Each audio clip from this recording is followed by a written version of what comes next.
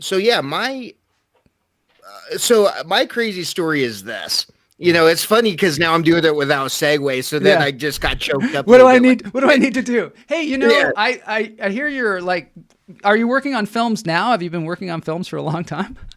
I don't know what I'm gonna say. yes, yes, Joel, yes, No, Joel, I it's have. not going to happen naturally. I don't think. So yeah, I remember. Okay, so let's for my crazy story. I'm gonna tell you how long the film took first. Okay. This film was going on 2 years long Uh, before production, not post production, not Pre-production.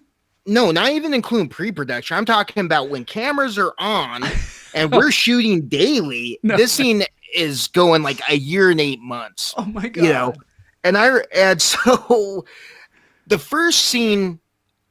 Okay, so it starts out where me and a very good friend of mine, we meet up because he sees me reading a script that I wrote because I was just trying to make sure that it looked good. Yeah. I was like, where's the spell? If I'm going to float this around, I want to make sure. Yeah. He's like, hey, what's that? And, you know, kind of fast forward through that, he got interested. He wanted to direct it. We didn't have the props or the budget. And he's like, hey, what if I turned it into something that's Lovecraftian? HP. I was like, let's do Great. it. Yeah. I'm cool. We start doing this one that is called Cthulhu Rising. Was the first rendition of this, and we had this awesome old building that they let us have. This like 7-story building that we could run through it, and it was awesome. The Great. only problem was it was winter in Montana, and nobody could get. Some of the actors couldn't get to the set. Some of the people after a while didn't want to be a part. It was too tough of a thing. Mm-hmm. So I had some acting buddies, Yeah. and I called them up, and was like, hey, would you want to be part of this? Here's the director's number. You guys talk shop. Ends up being where now we get a bar for this next scene. Wow. This bar with a back room that looks like this old, like where they would do a mafia hit. Yeah. It's like all bricked out and stuff. And this is now called Rise of the Ancients, where now we're playing these different characters. Yeah. And so I have to train my whole acting thing. I go from this like Western, like I was this cowboy, and now I'm this like street guy Yeah. from like Boston or something. I'm like, okay, give me a few weeks. I end up doing it, and they never closed a bar. So all like you would hear casino machines, you would hear people talking like during the thing. Yeah. Some people didn't see the camera, so they thought it was real. Like there's this one scene where I slapped down a bar and tell the other actor enough, and people are like, "Hey, is everything all right?" It's like, cut, yeah, we're doing the thing. So, to try to say discreet, that actor fell out through some stuff. Yeah. And we end up getting this actor that I ended up having incredible chemistry with. His name is, and he's the final actor who played the character Oz in this movie called Irredemption. And that's the final title. And now we have everything going we don't have a set.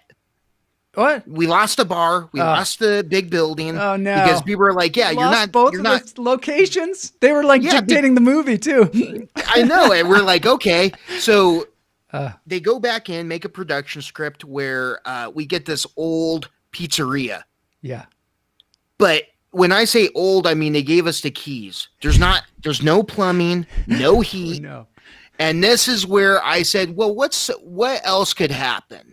Yeah. That was me making sure that the rest of this was going to be hell on earth for me, Joel. Oh, no. Man, the first scene was a fight scene. Mm-hmm. And the director, Josh Daigle, his brother, Gabe Daigle, is a giant. He's like 6'5", and he's just a big thing of mass. Yeah. He's like a barn door. And the choreography, this is going to sound funny, but it was easy because it was just me getting my ass kicked for however long. To go back to where I wanted to segue into this, yeah, you could see me getting my ass kicked, but just imagine doing that for 45, 46 takes. And you were really like fighting, like yeah, not like fake fighting, fake fighting, somewhat but fake you fighting. can't fake a landing. I So when I'm know. getting thrown Yeah. on a counter or Yeah. on the floor or into a ladder, this is all me hitting it, and I'm Oh. like, okay, let's just stay flat backed. Oh. Bruce Campbell. That Yeah. was gonna be my other segue. I'm like, when I see him doing the flips and stuff and the Yeah. Three Stooges, I'm like, yeah, I can. I did that as a kid. I did that as a young adult. I'm doing it now. And now it hurts a lot more and stays for a lot longer. I was so good, Joel, that Really? I was like, this is going to be such a good performance. Yeah. And by like take 500 million, I get thrown and I finally land wrong and break my tailbone. Oh no! Oh, that can really And put a this damper on is- things. This is the first day of the movie, of this rendition of the movie, Redemption. So this is in fall. And I'm walking around, and at the time I was waiting tables. Oh, I had two jobs. I was waiting tables and I Oh. was delivering pizza. And so I was either sitting and I'm like, ow, Oh. ow, ow. And they give you those like balloon things, those donuts. Yeah. That doesn't help. Yours like, oh, every bump I hit, anytime there's a customer that wanted me to explain the menu, I'm just like, I just don't want to be here right now. My tailbone feels so horrible. much pain. And I go, and then I kept making the mistake, Joel. I said, how worse can it happen? What no. else could happen? Oh no! Never say that. Never say what else. The director, what other bad things could happen? Right. So one thing is that in this project, and this is any project, you can try and get as close to the storyboard and everything as possible. Yeah. I like to do storyboards and be like, because it helps on the set, because then you're like, oh, I missed that one, But it helps with camera angles and it helps with editing and everything. Yeah. Once in a while, though, it doesn't make sense. Something got lost in translation. So the director allowed me and this actor who has we have great chemistry together. Yeah. Aiden and me go into his van because we have to come up with a scene. He's like, this is the scene. You guys are sitting here, but you guys got to make it intense. Just to lay this out, we're a couple of people that tried stealing from this old man, and now we're getting attacked. So it's like bad guys who realize that they're not the baddest guys. That's like the setup. Bad guys and then badder guys. Yeah. And I'm like, okay, so I'm going in and he's just like, I'm going to do this and I'm going to be kind of dramatic because I'm dying. And I said, okay, I'm just going to be a bad guy. Yeah. And we're going to act off of each other. You're going to do something and I'm going to do something and it'll be all organic. Mm-hmm. And it was.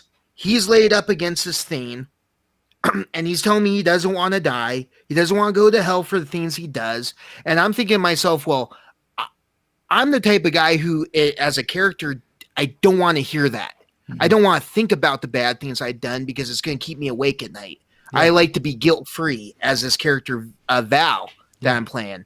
So I push him up against this thing and I punch right by his head. Yeah. Boom, boom. What's the matter with you? What's the matter with you?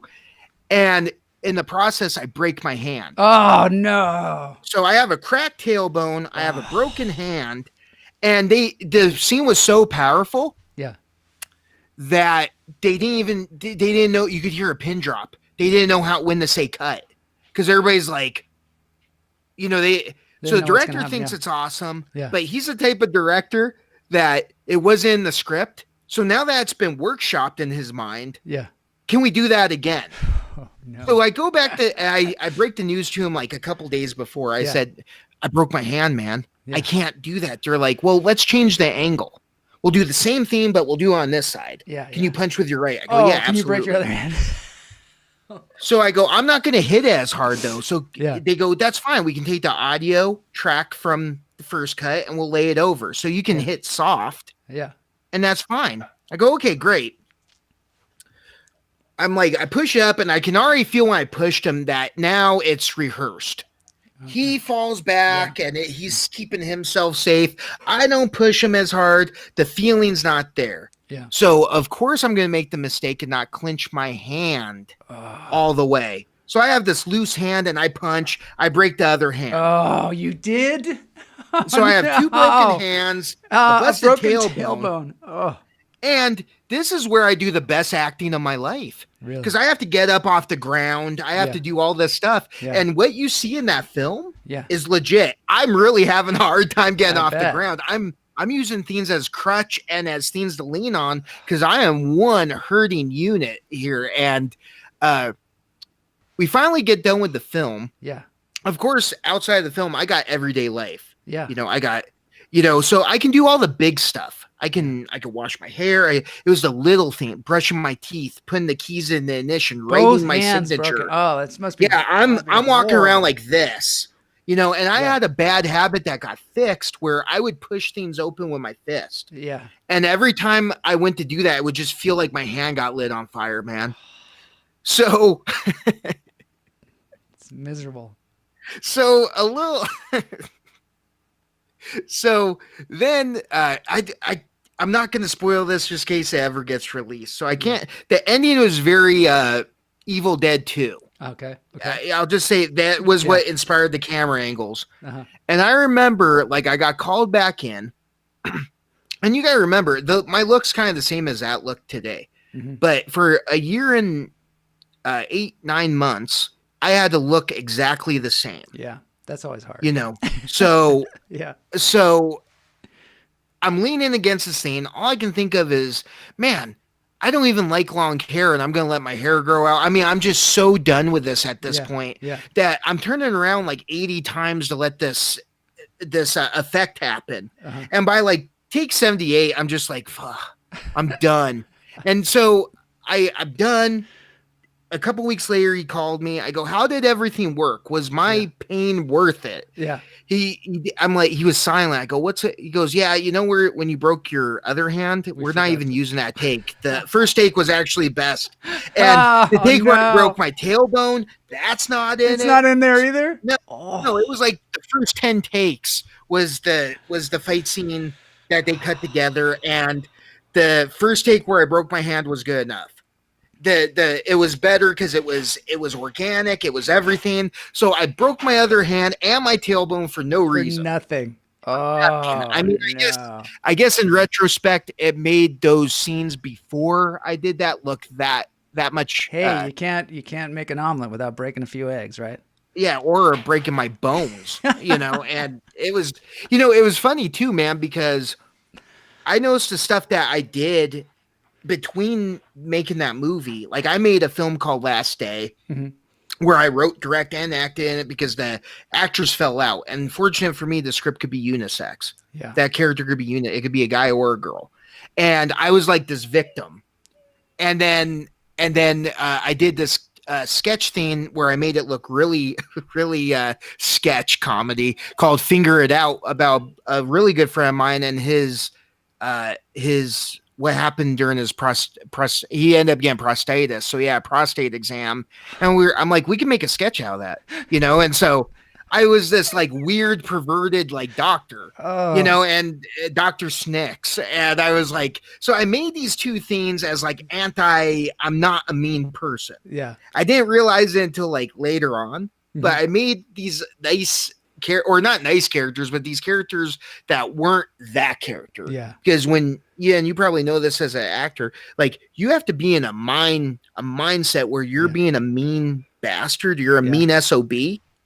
And you had like, so it sucked. The set and the crew during breaks and stuff, they'd be joking and talking about this, that, and the other. And I'm over in the corner by myself because I can't allow myself to be laughing and stuff because it would take too long to turn it back on. Oh yeah. One last thing too about this scene, because of the seasons, I had no idea what fake blood could do.